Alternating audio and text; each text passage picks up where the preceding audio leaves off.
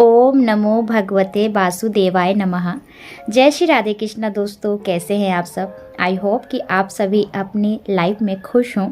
दोस्तों, खुश रहने के लिए एक वक्त नहीं ढूंढना पड़ना, और ना ही ये ढूंढना है कि हमें इसके लिए अच्छे समय की ज़रूरत है, क्योंकि हमें इतना पता है कि लाइफ तो छोटी है और कब क्या हो जाए कुछ पता नहीं। इसलिए हमेशा मुस्कुराते रहना सीख लीजिए, क्योंकि मुस्कुराने से कई कष्ट जो होते हैं ना, चुटकियों में गायब हो जाते हैं। तो आज की कहानी मेरी एक ऐसी बुढ़िया माई की है जिनकी 3 बहुओं ने उनके साथ कितना अत्याचार किया। लेकिन कहते नहीं है कि भगवान की घर देर है मगर अंधेर नहीं है। कैसे भगवान ने उनको मज़ा चखाया, तो आज की वीडियो शुरू करते हैं। किसी नगर में एक बुढ़िया माई अपने 3 बहू बेटियों के साथ रहती थी और खुशहालीपूर्ण रहती थी। वो पूजा पाठ, दान दक्षिणा में बहुत विश्वास रखती थी, और कहते हैं ना कि अगर मानो तो देव, ना मानो तो कुछ भी नहीं, पत्थर ही। तो उसी तरह से जो बुढ़िया माई बहुत पूजा पाठ करती थी, कार्तिक महीना आने पर कार्तिक स्नान करती थी, ब्राह्मणों को भोजन खिलाती थी, दान दक्षिणा देती थी। और ये चीज़ उनकी बहुओं को अच्छा नहीं लगता था, खटकता था उनको कि कितने पैसे खर्च करवाती है बुढ़िया। बुढ़िया जो माई थी, उनके पति का देहांत हो जाता है, उसके बाद भी वो पूजा पाठ नहीं छोड़ती हैं, पूजा पाठ में रहती हैं, दान दक्षिणा देती हैं। लेकिन उनकी बहुओं को जरा भी पसंद नहीं आता है और वो इससे बहुत परेशान रहती हैं, और वो चाहती हैं कि किसी तरह से इस बुढ़िया से हमारा पीछा छूट जाए। अच्छा हुआ ससुर जी चले गए, सास भी चली जाए, ऐसा बहुत सारी बहुएं सोचती हैं। और जो ये सोचती हैं वो ये नहीं जानती कि उनके साथ भी ऐसा हो सकता है, क्योंकि भगवान जो है ना, उसको जो आजकल तो ऐसा ज़माना है कि जैसा आप करते हो उसको फल तुरंत मिल जाता है। लेकिन उन्हें क्या पता था इस सब चीज़ का। वो सोचती थी कि ढोंग ही है, ढोंग करती है। जब भी दान दक्षिणा देती थी और जब ब्राह्मणों को भोजन कराने के बाद वो कुछ भी करती थी, जैसे पूजा पाठ करती थी, बिना भगवान को, विष्णु भगवान और माता लक्ष्मी को बिना भोग लगाए खाना नहीं खाती थी। इसलिए जो भी खाना बनता था उसमें तुलसी दल डालकर उनको चढ़ा दिया करती थी।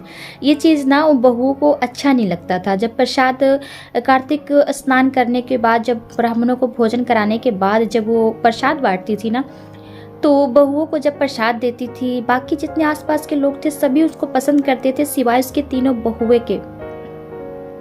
तो बहुओं को जब प्रसाद देती थी ना, तो तुलसी दल जो उसमें डाल कर देती थी, तो क्या करती थी, उससे निकाल कर फेंक देती थी। कहती थी क्या ये तुलसी दल डाल देती हो, इससे तो खाने का मन नहीं करता। तो इस तरह के उन लोग के विचार थे कि उन सोचती थी कि ये जादू टोना करती है, इस तरह के विचार रखती थी। धीरे धीरे उन्होंने अपने पतियों को अपने काबू में करना शुरू कर दिया। अब वो माँ के खिलाफ इतना भड़काने लगी कि पति भी जो थे, जो उसके बेटे थे, जो बुढ़िया माई थी, उनके बेटे जो थे 3, वो भी अब अपनी पत्नियों के कहे अनुसार चलने लगे, अपनी माँ का ध्यान थोड़ा कम रखने लगे। अब एक दिन बात ये हो रही थी कि सबसे छोटी बहू बोल रही थी अपने पति से कि देखिए, जो हमारी दोनों जेठ और जेठानी हैं, उनके बच्चे तो काफ़ी बड़े हो गए हैं, पढ़ लिख रहे हैं, कुछ दिन बाद शादी हो जाएगी। और अब ना सोचिए, अभी तो हमारे बच्चे बहुत छोटे हैं, धीरे धीरे बढ़ रहे हैं, आगे बढ़ रहे हैं, तो उनके बच्चों की तो शादी हो जाएगी, निपट जाएगी। आप सारे पैसे उनमें लगा देंगे तो अपने बच्चों के लिए क्या लगाएंगे। अपने पति को समझा रही थी कि छोड़ दीजिए, हमें अलग होना है, अलग रहना है। उसी तरह से जो दूसरी माझिल जो थी, माज में जो बहू थी, वो भी यही कह रही थी अपने पति से, और बड़ी वाली भी यही। अब तीनों बहुओं को आपस में भी नहीं बनता था, ना ही वो अपनी सासू माँ को पसंद करती थी। तीनों चाहती थी कि हम अलग हो जाएं। बात तो पहुँच गई पंचायत तक। पंचायत बैठाया गया। पहले ऐसे होता था, गांव में पंचायत बैठाते थे, वहाँ पर बात विचार होगा, और अभी भी होता है गांव में कि वहाँ पर बात विचार करेंगे और अलग हो जाते थे। अब तीनों बहुओं को बंटवारा करने का मन हो गया था, आपस में वो रहना नहीं चाहती थी। बोलती थी हम अपना अकेले रहेंगे, मज़े से खाएंगे पिएंगे, अपने बच्चों को पढ़ाएंगे, जो मन करेगा वो बनाएंगे, खिचपिच नहीं होगा। अब बेचारी सास करे तो करे क्या, वो नहीं चाहती थी कि मेरे बच्चे अलग हों। लेकिन बहुएं ऐसी थी जिन्होंने घर तोड़ने के लिए पूरा अपना मन बना लिया था। अब जो सामान निकालते थे ना, उसे 4 हिस्से किए गए। 4 हिस्से यानी कि अब वो लोग जो हिस्से बना रहे थे उसमें 3 बहुओं का और एक सासू माँ का हिस्सा बन रहा था, जिसमें से सासू माँ के हिस्से में से भी कम कर दिया जा रहा था, क्योंकि वो अकेले थी और इधर बहुएं जो थीं अपने बाल बच्चे वाली थी। इसलिए जहाँ पर 4 किलो आटा लगता था हिस्सा में, वहाँ पर बुढ़िया माई को 3 किलो ही आटा दिया गया। उसी तरह से सभी चीज़ों का बंटवारा कर दिया गया, बर्तन, यहाँ पर चावल, दाल, चीनी, सब का बंटवारा कर दिया गया। और एक घर का भी बंटवारा कर दिया, जिसमें घर में क्या था, एक झोपड़ी जो है बुढ़िया माई के हिस्से आया। बाकी इन तीनों बहुओं को एक घर जो है नसीब में मिल गया। अब बात यहाँ थी कि पंचायत ने ये बात की कि अब जो अपनी सासू माँ को अपने साथ रखेगा वो अपनी सासू माँ की चीज़ों को भी इस्तेमाल करेगा। सबसे छोटी बहू को बोला गया तो सबसे छोटी बहू सोचने लगी कि अगर मैंने इसको रख लिया तो सारा खर्चा तो मुझे उठाना पड़ेगा। और ये कार्तिक स्नान करती है, कार्तिक स्नान करने के बाद ये ब्राह्मणों को भोजन खिलाती है, भर भर के घी खरीदने पड़ेंगे, भोजन बनाने पड़ेंगे, उतने ब्राह्मणों के लिए पैसे इकट्ठे करने पड़ेंगे, उनके दान दक्षिणा देने पड़ेंगे, हमसे नहीं होगा।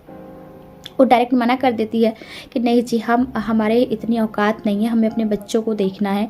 अगर मैं इनके ही खर्चे उठाती रही तो अपने बच्चों का लालन पालन कैसे करूँगी, मैं अपनी सासू माँ को अपने साथ नहीं रख सकती। फिर उन मजल की जो माज होती है ना, मजली जो होती है, उससे पूछा जाता है तो वो भी साफ मना कर देती है कि हम ये नहीं बोझ उठा सकते अपनी सासू माँ का, कि इनके तो बहुत नखड़े रहते हैं, दिन भर दिन खर्चे रहते हैं, हम इनका खर्चा नहीं उठा सकते। बेटों ने तो कुछ नहीं बोला, बेटे तो अपनी बहुओं जो अपनी पत्नियों के चक्कर में थे, जैसा वो बोल रही थी वैसा हो रहा था। बड़ी वाले भी ने मना कर दिया। अब सभी तीनों बहुएं अपना अपना सामान उठाई और अपने कमरे में चली गई। अब जो सासू माँ थी अकेली अपनी एक झोपड़ी में अपना सारा सामान लेकर चली गई, थोड़े थोड़े हिस्से जो मिले थे लेकर चली गई और बैठकर सोचने लगी कि मैंने इन तीनों बच्चों को, बहुओं को कितना प्यार दिया, सब कुछ सम्मान दिया, और अपने बेटों को छोड़ो, बहुओं से क्या उम्मीद, बेटों से तो मुझे इतनी उम्मीद थी जिन्हें मैंने 9 महीने कोख में रखा, लालन पालन किया, उन्होंने मुझे इस हालत में छोड़ दिया। बहुत बुरा लगता है जब इस एज में जाकर बच्चे अपने माँ बाप को छोड़ देते हैं।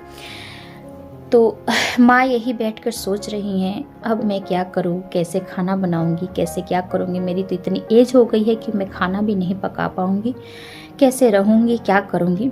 अचानक उनके गेट पर एक युवक दस्तक देता है और गेट खटखटाता है तो बुढ़िया माई गेट खोलती हैं। हाँ बेटा, कौन हो? बहुत ही सुंदर नौजवान खड़ा है। बोलता है कि बुढ़िया माई, आपने मुझे पहचाना नहीं। बोलते कि कौन हो, बताओ मुझे। बोलता है कि आप मुझे कैसे पहचानेंगे, आपने तो मुझे देखा ही नहीं होगा, मैं तो आपके मायके से आया हूँ। मुझे पता चला है कि आपके घर बंटवारा हो गया है और आपको अलग कर दिया गया है, खाना पीना आप तो बना नहीं पाएंगी, इसलिए मेरी पत्नी ने खाना भिजवाया है। अब बुढ़िया माई सोचने लगती है कि आखिर है कौन। अब पूछती है कौन हो तुम, बताओ मुझे। बोलते हैं कि आपके भाई के बेटे की, मतलब आपके भाई के जो बेटा है उनका बेटा हूँ मैं। अब इतना लंबा चौड़ा रिश्ता समझ नहीं पाई। वो बोलते हैं कि कैसे मैं उतना, वैसे मैं जाती तो हूँ नहीं अपने मायके, तो कैसे पहचानूंगी। समझ जाती, ठीक है। उनसे दादी दादी बोल रहा है, दादी दादी ये ले लीजिए, खाना मेरी पत्नी ने भिजवाया है, उन्होंने बताया कि शायद आप खा ही नहीं होंगी, माँ ने भी बोला था, लीजिए आप खा लीजिएगा और खाने की चिंता मत करिएगा, आपको सुबह शाम का खाना हम पहुँचा दिया करेंगे। अब बुढ़िया माँ बोलती है ठीक है, बहुत खुश हो जाती है, बोलती हैं कि ये तो सब भगवान की माया है, उन्होंने मेरे लिए इतना अच्छा खाना पकवान भिजवा दिया। बहुत तरह के आइटम्स जो भिजवाए थे, और वो और कोई नहीं, भगवान के एक दूत थे। तो जब उन्होंने देखा कि सुबह से तो मैंने भगवान को भोग भी नहीं लगाया, और वो विष्णु भगवान और माता लक्ष्मी को भोग लगाए बिना खाती नहीं थी, इसलिए तुलसी डालती हैं और पहले उन लोग को भोग लगा देती हैं और लेकर चल पड़ती हैं पड़ोसियों को थोड़ा थोड़ा बांटने के लिए। पड़ोसी लोग तो बहुत खुश रहते हैं उस बुढ़िया माई से, और कहते ना जैसी संगत वैसी रंगत, इसलिए पड़ोसी लोग भी थोड़ा थोड़ा भक्ति भाव में आ जाते हैं उन बुढ़िया माई के साथ रहते रहते। सब पड़ोसी लेकर खाते हैं और बहुत खुश होते हैं। लेकिन जब बुढ़िया माई लेकर जाती हैं अपने बेटों को देने के लिए, तो वो उसको बोलकर तिरस्कार कर कर भेज देती हैं कि घर में घुसने की कोशिश मत करो, हमें पता है तुम प्रसाद देने के बहाने घर में घुसना चाहती हो, इसलिए तुम्हारा इस घर में कोई रिश्ता नहीं है, निकल जाओ, हमें तुमसे कोई प्रसाद नहीं लेना, चले जाओ। बेटों ने भी ऐसे ही बोल दिया। अब बुढ़िया माई सीधे चुपचाप चली आती हैं अपने घर में और खा पी लेती हैं, अच्छे से रहती हैं। अब अब उनके घर में ना रोज़ खाना आ जाता है, सुबह शाम वो लड़का रोज़ खाना दे जाता है। वो खाती हैं, हष्ट पुष्ट रहती हैं, बहुत सुखी से रहती हैं। उनके घर में किसी चीज़ की कमी नहीं है, हर चीज़ जो है वो लड़का लेकर आता है, दे देता है। वो भगवान का दूत वो भी नहीं समझ पाती हैं कि है कौन। वो सोचती है मेरे मायके वाले हैं। वो बोलती है मेरे बच्चों ने तो मुझे भुला दिया, लेकिन मेरे मायके वाले ने मुझे नहीं भुलाया है। अब वो रोज़ खाती हैं, आराम से रहती हैं, और उनके घर में घी से लेकर शक्कर, घी, यहाँ तक कि ड्राई फ्रूट्स जो होते हैं, किशमिश, बादाम, वो पूरे ढेर लगे रहते हैं घर में। खाती पीती रहती हैं और पहले से बहुत अच्छी भी हो जाती हैं। ये सब देखकर बहुएं बहुत जलती हैं, बोलती है हमने तो इसे अकेला इसलिए छोड़ा था ताकि सूखी सूखी खाएगी तो मर जाएगी, तो इसके जो पास जो भी धन संपत्ति वो भी हमारी हो जाएगी। लेकिन दिन पर दिन इसके चेहरे पे तो रोशनी ही आती जा रही है, चमक आती जा रही है। बात क्या है पता तो लगाना पड़ेगा। अब तीनों बहुएं जो एक साथ कभी रहती नहीं थी, लड़ती झगड़ती थी, अब एक साथ वो एकता बनाकर इस सास के बारे में जानने की कोशिश करती हैं।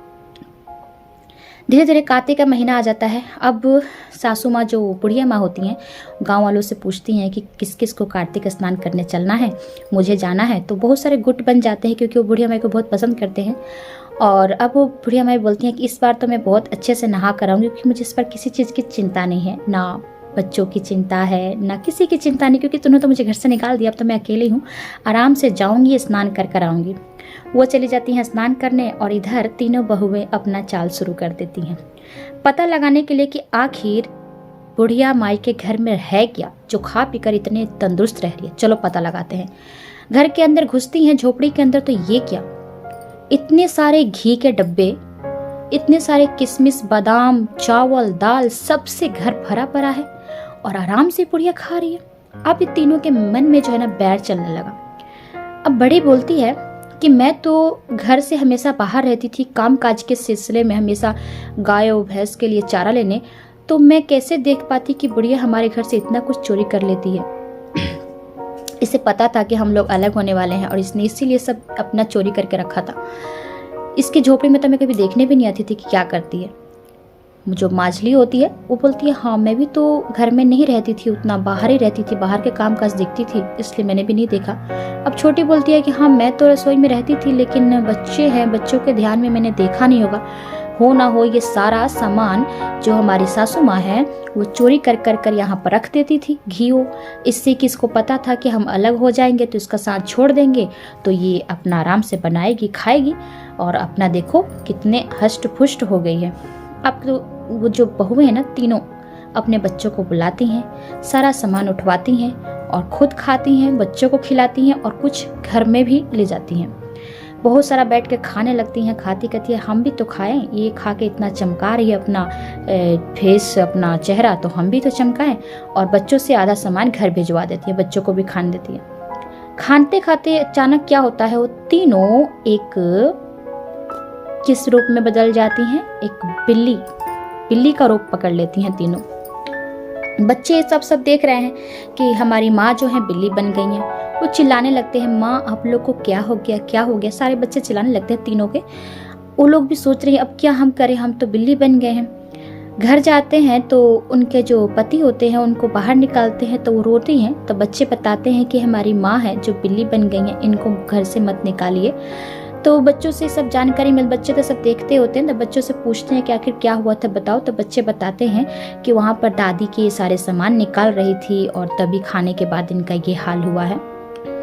पति लोग जो समझ जाते हैं कि हमारी माँ तो बहुत अच्छी थी, लेकिन इन लोग की वजह से हमने भी इसका साथ छोड़ दिया, हमारी पत्नी का हाल इसीलिए ऐसे हुआ है। अब पति लोग को क्या करना, खाना पीना बना रहे हैं, खा रहे हैं, और उसे जो बच रहा है अपनी जो बिल्ली जो बन गई है उन लोगों को खाना दे रहे हैं खाने के लिए।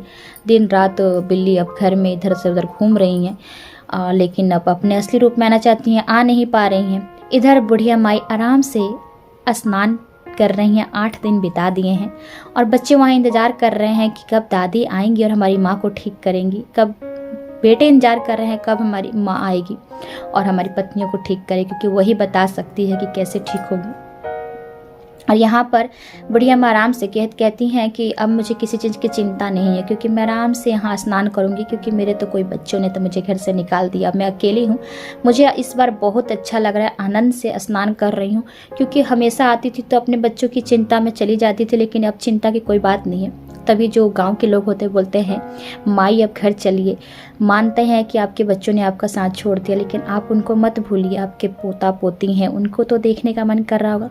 पोता पोती की बात सुनकर उसकी आंखें भर आती हैं, बोलती है ठीक है चल पड़ते हैं। अब दोनों सभी जो है घर गांव वाले और बुढ़िया माई घर पहुंचते हैं, तो ये क्या, घर जैसे ही आते हैं तीनों बेटे उसके चरणों में गिर जाते हैं और तीनों बिल्लियां यहाँ पर चरणों में। अब ये सोचने लगती हैं कि माजरा क्या है, क्या हुआ है। बच्चे आके बताते हैं कि दादी माँ, हमारी माँ को ठीक कर दीजिए, देखिए इन्होंने आपके घर का ये हाल किया, सत्यानाश किया, हमें खाने को दिया, जिसकी वजह से आप हमारी माँ को ये हाल हो गया, उन्हें माफ़ कर दीजिए। अपने पोता पोती का मुंह देखकर दादी माँ जो है बहुत पिघल सी जाती हैं और कहती हैं, अपने बच्चों को उठाती हैं, ठीक है, माँ का दिल होता ही ऐसे है। बोलती है ठीक है, मैं इसका उपाय तो नहीं मैं कैसे बता सकती हूँ, लेकिन किसी से पूछना पड़ेगा। उसी दिन एक साधु बाबा आते हैं, तो साधु बाबा आते हैं। अब ये कार्तिक स्नान के बाद इनको ब्राह्मणों को खिलाना होता है, तो साधु बाबा आते हैं। तो साधु बाबा को बहुत मानती होती हैं, किसी भी साधु बाबा को मानती है, तो बुलाती हैं उनको, कहती है कि आप जो खाना है बोलिए, हम बना देते हैं। तो बोलते हैं कि हमें तो खाना नहीं है, हमें बस पानी पिला दीजिए, हम यहाँ से जाएंगे। तभी वो अपने बेटों को इशारा करती हैं कि तुम लोग पूछो कि ये कैसे आपकी तुम्हारी वाइफ लोग ठीक होगी, पत्नियाँ। तो वो पूछते हैं कि बाबा जी बताइए हमारी पत्नियाँ कैसे ठीक होंगी। तो बोलते हैं आखिर हुआ क्या, पूरा कहानी बताओ। तो पूरा कहानी बच्चे बताते हैं कि दादी माँ के समान को इन्होंने ऐसे से छेड़ा। तो भी सभी बोलते हैं, जो गांव के लोग भी होते हैं और साधु बाबा, कि आपकी जो माँ है एक साक्षात सबके देवों को पूजने वाली हैं, एक देवी के समान है, और आप लोग एक देवी के साथ ऐसा करोगे तो वैसे ही आपके साथ मिलेगा फल। लेकिन चलिए, आप लोग को तो फल मिल गया है, आपको सज़ा मिल गई है, तो मैं इसका उपाय बता देता हूँ कि कार्तिक स्नान तो ये वाला चला गया, ये तो पूरा हो गया। अब अगला कार्तिक स्नान, यानी आपको 1 साल रुकना पड़ेगा। 1 साल तक अपनी वाइफ को ऐसे ही रहने दीजिए बिल्ली के रूप में, और सजा भुगत लें। अगला साल जब आएगा कार्तिक स्नान, उसमें आपको अपनी माँ को कार्तिक स्नान कराना होगा। उस स्नान के बाद जो पानी बचेगा, यानी कि उस स्नान से जो माँ जो नहाएगी, उसी पानी को आपको रोक कर रखना होगा। उस पानी से इन तीनों को स्नान कराना होगा। उसके बाद ब्राह्मणों को भरपूर भोजन खिलाना होगा। उस भोजन से जो जूठा वो छोड़ कर जाएंगे ब्राह्मण, उस भोजन को इन्हें खाना पड़ेगा, तब जाकर ये असली रूप में आएंगी। मतलब इस तरह से उन्होंने बता दिया साधु ने, और चले गए। अब ये अगले कार्तिक स्नान की तैयारी करने लगे और अपनी माँ को, जो बच्चे थे तीनों बेटे, अच्छे से रखने लगे। अपनी माँ को किसी चीज़ की कमी नहीं, खाना पीना सब देते, पैर और सब दबाते। उन्हें समझ आया कि हमारी माँ तो देवी है, हमने बहुत गलत किया अपनी माँ के साथ, बहुत देखभाल करते, उनकी सेवा करते। अब जब अगला कार्तिक स्नान आ गया, तब पहुँचे। कार्तिक स्नान जब अपनी माँ को कराते बड़े अच्छे से, और उस पानी को रोक कर लाते और अपनी वाइफों के ऊपर, यानी कि जो बिल्लियाँ बन गई थी उनके ऊपर छिड़क देते, उनको गंगा जल की तरह छिड़क देते, स्नान करा देते। उसके बाद कार्तिक स्नान के बाद ब्राह्मणों को जब भोजन खिलाना था, तो भोजन खिलाने के लिए अब माँ बोलती हैं, बेटा ये सब तो काम हो गया, अब ब्राह्मणों को भोजन कराना है। उसके लिए आप जाओ और 5 ब्राह्मणों का इंतजाम करो। बड़ा बेटा बोलता है ठीक है माँ, 5 ब्राह्मण क्यों, मैं 5 और ले आऊँगा अपनी तरफ से। अब वो 5 और 5 10 हो गए। उसके बाद जो मंझले होता है वो सोचता है कि बड़े भैया इतना लेकर अपना पुण्य कमाएंगे, तो मैं क्यों नहीं, मैं भी 5 और ब्राह्मण ले आता हूँ, मुझे भी तो पुण्य कमाना है। छोटा सुनता है तो वो पीछे कैसे रख सकता था, वो कहता है मैं भी जाऊँगा और मैं भी 5 ब्राह्मण और लेकर आऊँगा। ऐसे मिलाकर 20 ब्राह्मण हो जाते हैं। 20 ब्राह्मणों को घर ले आया जाता है। लेकिन माँ बोलती है बेटा 5 ब्राह्मण ही काफ़ी थे, आप सब इतना लेकर आए। तीनों बोल लेते नहीं माँ, हम इनको भी खिलाने में सक्षम हैं, हम खिला देंगे, आप चिंता मत करिए। तब माँ बोलती है बेटा फिर एक और ब्राह्मण का इंतजाम कर दो, क्योंकि 20 से अच्छे नहीं लगेंगे, 21 अच्छे होंगे। एक और ब्राह्मण को ले आते हैं और 21 ब्राह्मणों को बैठाकर भोजन खिलाया जाता है। खूब अच्छे से उनकी सेवा सत्कार किया जाता है। उन ब्राह्मणों का जूठन जो होता है उसे फेंकने की बजाय एक जगह एकत्रित कर अपनी पत्नियों को वो लोग देते हैं खाने के लिए। अब जो पत्नियाँ तुलसी दल वाला भोजन नहीं खाती, उठा उठा कर फेंक दिया करती थी कि ये क्या, मतलब इसमें जादू टोना करती है। तुलसी दल वो पसंद नहीं करती थी। अब वही तुलसी दल वाला खाना वो भी जूठन चाट चाट कर खाती हैं ताकि हम ठीक हो जाएं।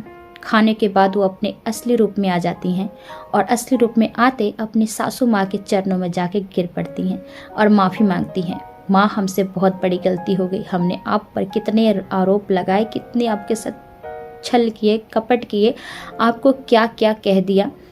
अब माँ का दिल होता ही है। माँ ने तीनों को उठाया और गले से लगाया, बोला कोई बात नहीं, गलतियाँ इंसान से ही होती है। उसके बाद उनका जो भरा पड़ा इंसान पूरा कंप्लीट हो जाता है, यानी कि अब वो अपनी माँ का बहुत ध्यान रखते हैं और अच्छे से रहते हैं और माँ के साथ बोलते हैं। जो तीनों बहुएं होती हैं बोलती हैं, माँ अगले साल से हम भी कार्तिक स्नान करेंगी। अगले साल आता है, वो लोग भी जो बहुएं होती हैं, ये बहू से लेकर जो उनके पोता पोती यहाँ तक कि बेटा सभी जाते हैं, कार्तिक स्नान करते हैं। माँ बहुत खुश होने लगती हैं कि मुझे मेरा परिवार मिल गया, कितना ध्यान रखते हैं, एक काम नहीं करने देते, हमेशा उसकी सेवा में हाजिर रहते हैं। एक बार क्या बोले, एक आवाज़ में सभी पहुँच जाते हैं अपनी माँ की सेवा के लिए। विष्णु भगवान और माता लक्ष्मी का धन्यवाद करते हुए कहती हैं बुढ़िया माई कि प्रेम से बोलो जय विष्णु भगवान, जय माता लक्ष्मी, जय कार्तिक भगवान की, कि ऐसा ही भगवान जो है सबको परिवार दे। अगर किसी से गलती से कुछ रह जाता है, यानी कि गलतियां तो सबसे होती हैं, लेकिन उसे क्षमा करके जो आगे बढ़ जाता है वही असली इंसान, उसकी ही कदर होती है। तो इसलिए वो अपने बच्चों को अपनाती हैं और उनको माफ़ी भी देती हैं और उनके साथ सुखी से रहती हैं। तो इसीलिए कहते हैं कि जो बुढ़ापे में अपने माँ बाप का साथ देता है ना, वो स्वर्ग को प्राप्ति होता है, और जो बुढ़ापे में ही छोड़ देता है उसे कभी स्वर्ग तो क्या नरक भी मिलना मुश्किल हो जाता है। इसीलिए हमेशा अपने माँ बाप का ख्याल रखिए। माना कि कभी कोई बोलता है कि हमारे माँ बाप ने हमारे साथ ज्यादती किया, कुछ भी किया है, लेकिन कम से कम बुढ़ापा में उनका साथ मत छोड़िए। तो आज की कहानी मेरी यही थी। आपको ये कहानी कैसी लगी ज़रूर बताइएगा। तो आई होप कि आपको वीडियो पसंद आई होगी। तो चलिए ऐसे ही अगले वीडियो में आपसे मिलते हैं। मोटिवेशनल कोटेशन और स्टोरीज़, मोटिवेशनल स्टोरीज़ के लिए चैनल को सब्सक्राइब करके बेल आइकन दबा दीजिएगा ताकि आपके पास नोटिफिकेशन पहुंच सके मेरी कि मेरी कौन सी अगली वीडियो आने वाली है। तब तक के लिए राधे कृष्णा।